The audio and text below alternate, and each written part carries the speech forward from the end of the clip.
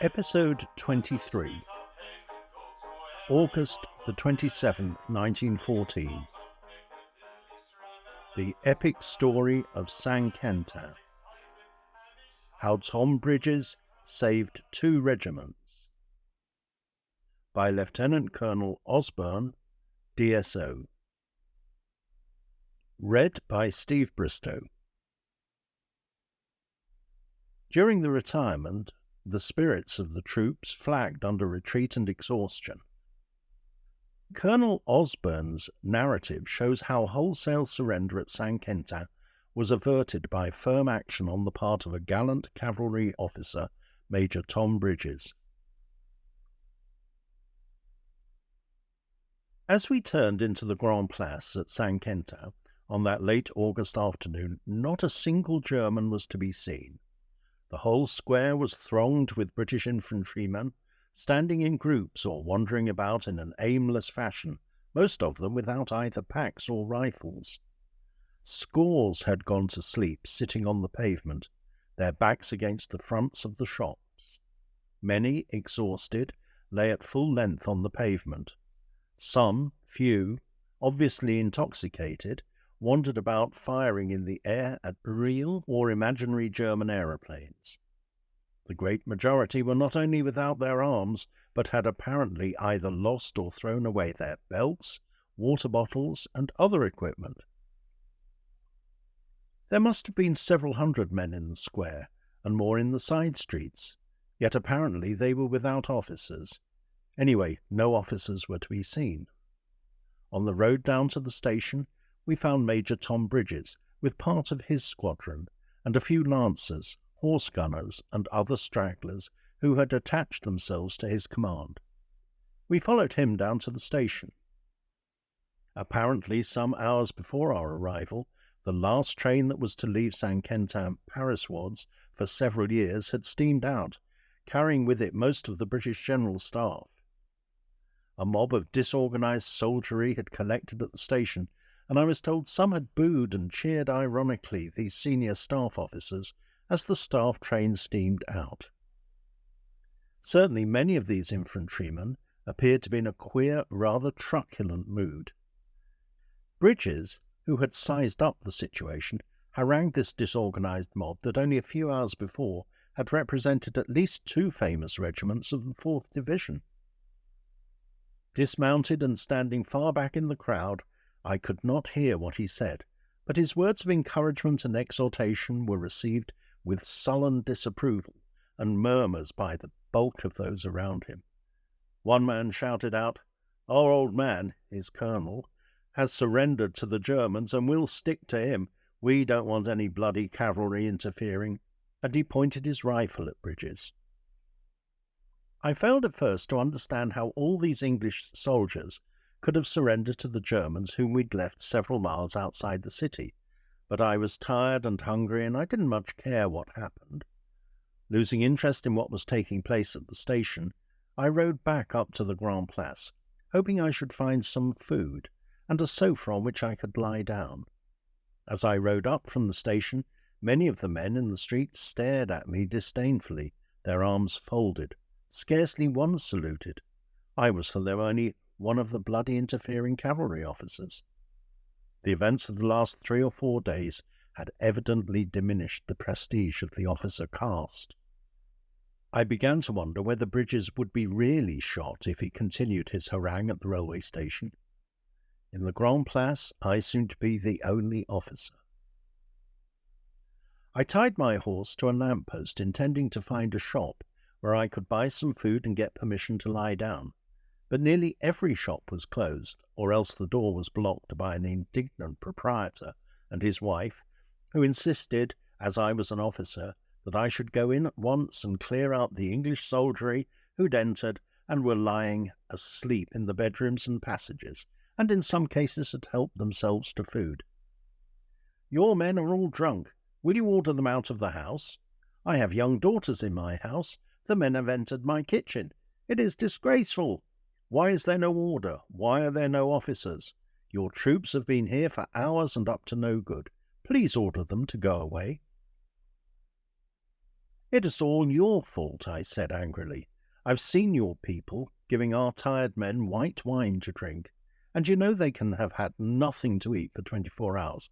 Why on earth do you not give them all some bread and butter and make them some coffee?" They looked at me in amazement. French peasants will often give wine away, but who ever heard of a French shopkeeper giving away butter? The townsfolk were exaggerating. Only a few of the men were drunk. Certainly in nearly every house and shop I entered, there were a few English soldiers. Even in a chemist's shop where I tried unsuccessfully, the proprietor was merely rude to buy some soap. 2 British soldiers were lying fast asleep, not on but underneath the couch in the chemist's back parlour. But I saw few actually drunk. Eventually I got some bread and a bottle of white wine, and to avoid the recriminations of the shop people, I decided I would sleep out in the Grand Place, as so many men were doing. The pavement looked hard, and the cobblestones in the square too uneven. Eventually, for the first time in my life, may it be the last, I decided to sleep in the paved gutter, which looked dry and cleaner than the road. Rolling up my Burberry for a pillow, I lay down in the gutter, close to my horse. When I awoke it was dusk, and 2 or 3 officers of the 4th Dragoon Guards were in the square with Bridges. Apparently Bridges was having an interview with some official, I believe the mayor of St. Quentin, urging him to provide horses and carts to take those of our men who were too sore-footed to be able to march out of the town. I walked over to listen. As far as I could understand, the official, mayor or whoever he was very indignant. He kept on saying, "You understand, Monsieur le Major. It is now too late. These men have surrendered to the Germans." "How? The Germans are not here." "Their colonel and officers have signed a paper giving me the numbers of the men of each regiment and the names of the officers who are prepared to surrender, and I have sent a copy of this out under a white flag to the commander of the approaching German army." "But you have no business, monsieur, as a loyal Frenchman, to assist Allied troops to surrender." "What else?" urged the mayor. "Consider, Monsieur le Major, the alternatives. The German army is a Gris Corps? Very well. I, representing the inhabitants of St. Quentin, who do not want our beautiful town unnecessarily destroyed by shell fire because it happens to be full of English troops, have said to your colonels and your men, 'Will you please go out and fight the German army outside St. Quentin?' But your men, they say, 'No, we cannot fight. We've lost nearly all our officers. Our staff have gone away by train. We do not know where to. Also, we have no artillery. Most of us have neither rifles nor ammunition, and we're also very tired.' Then, Monsieur le Major, I say to them, 'Then please, if you will not fight, will you please go right away, and presently the Germans will enter St. Quentin peacefully, so the inhabitants will be glad to be tranquil and not killed, and all our good shops not burned.'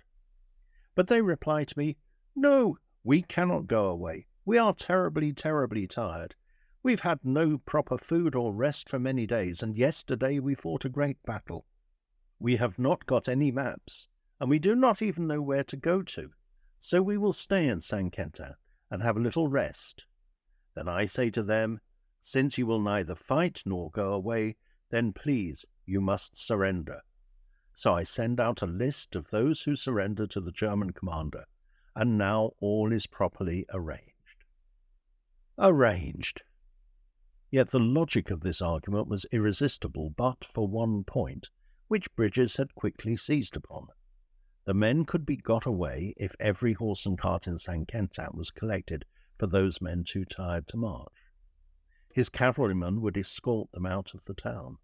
So the shops and streets would be cleared of tired and drunken men, and there would be no more firing off of rifles. But there was to be no more of this wine, only tea or coffee and bread. So eventually it was arranged. Bridges had saved the situation, which, though bad, was understandable. Disorganized stragglers had arrived by the hundred, many out of sheer fatigue, having thrown away their packs and rifles.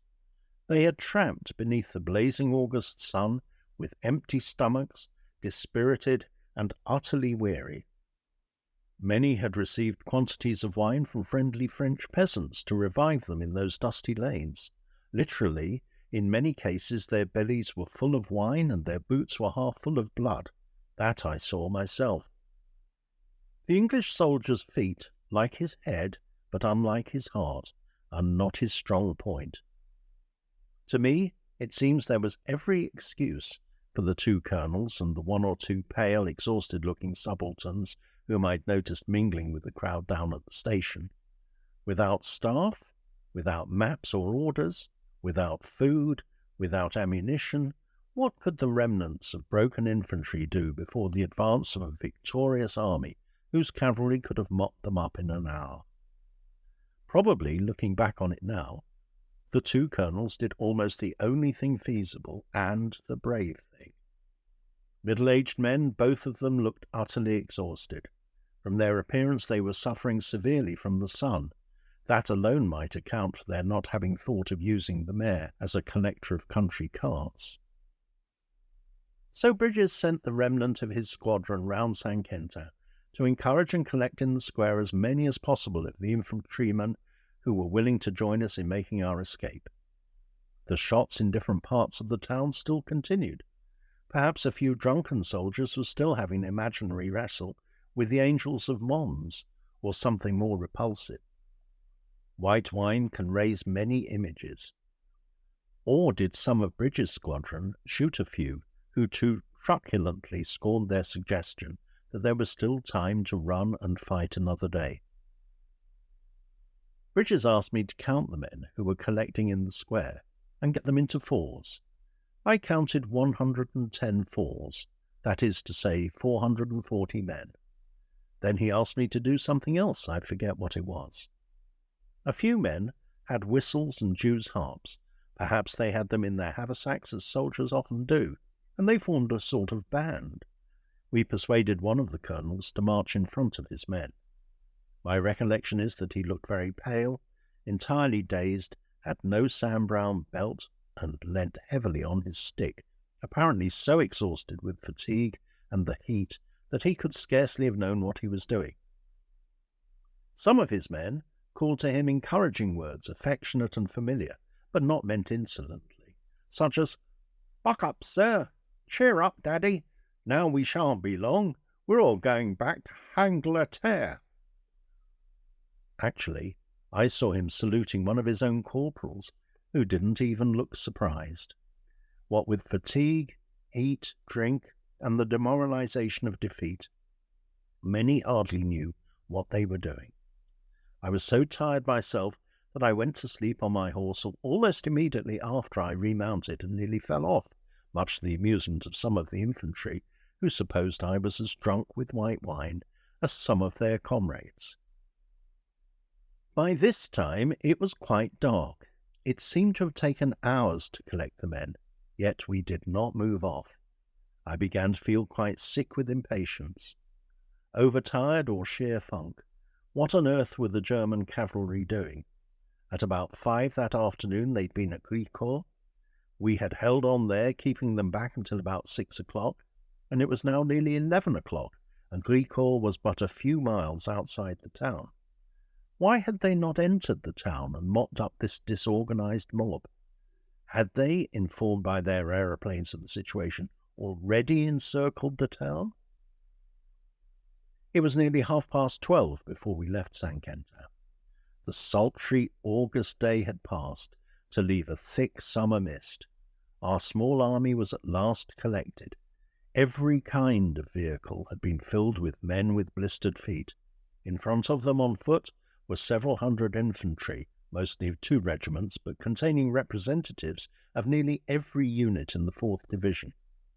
And behind, to form the rear guard to the extraordinary cavalcade, Tom Bridges' mounted column, the gallant little band of 4th Dragoon Guards, with driblets of lancers, hussars, Irish horse, signallers, and the rest of the stragglers.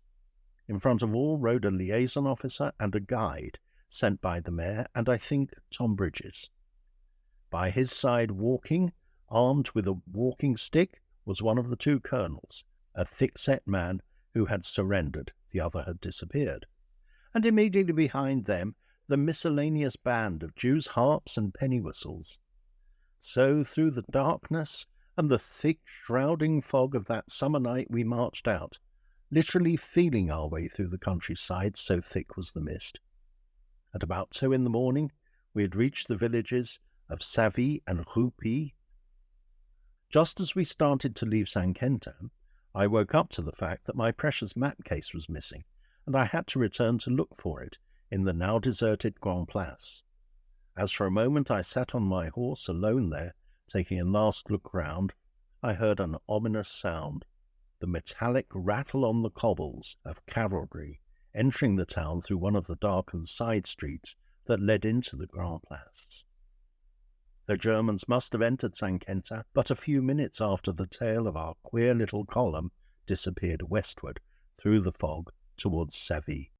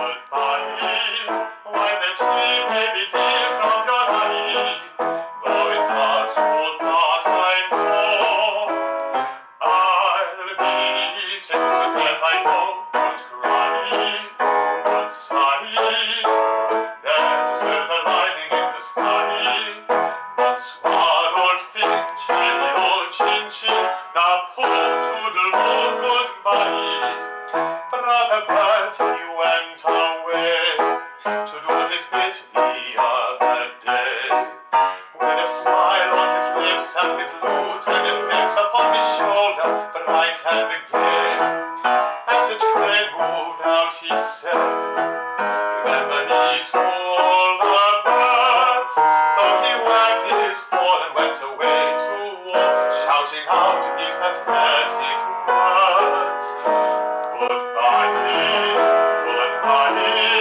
when the day may begin from